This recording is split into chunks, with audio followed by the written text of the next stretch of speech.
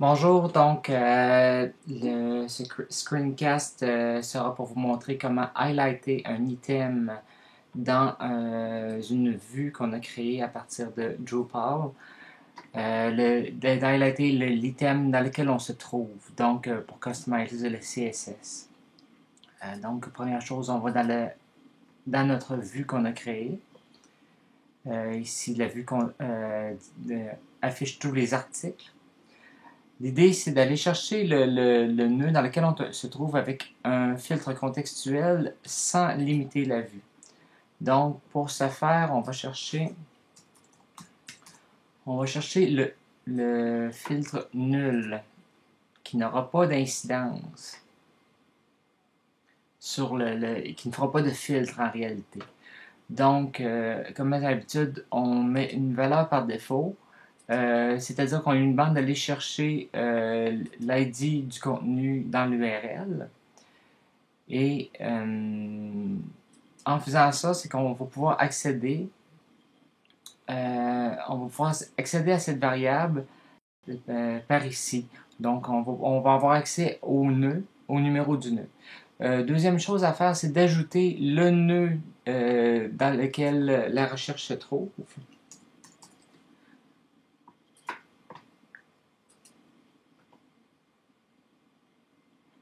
OK, et ce n'est pas nécessaire de l'afficher parce qu'on va s'en servir seulement pour faire un calcul mathématique. Donc, par la suite, on va afficher un calcul, une expression mathématique. Donc, le principe est de dire si je soustrais le nœud dans lequel je me trouve du nœud du résultat de la recherche et que ça me donne 0 si je suis sur le même nœud. Donc, on ira dans les patterns de remplacement. On va aller chercher donc le global nul input ici. On va soustraire le nœud courant. Et encore une fois, on va faire exclure de l'affichage. Donc, quand cette expression va donner 0, c'est qu'on sera dans le nœud courant.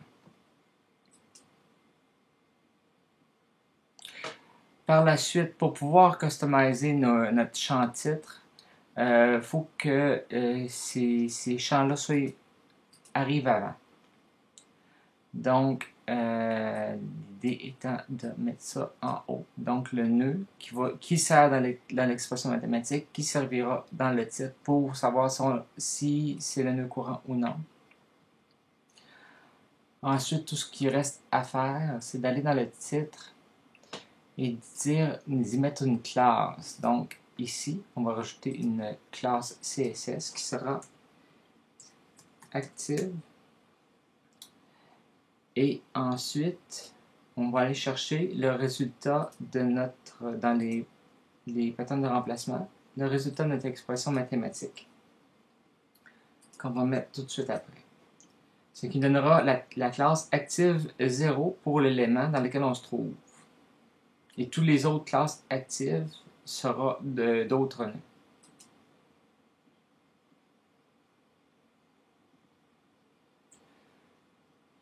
Donc, on save.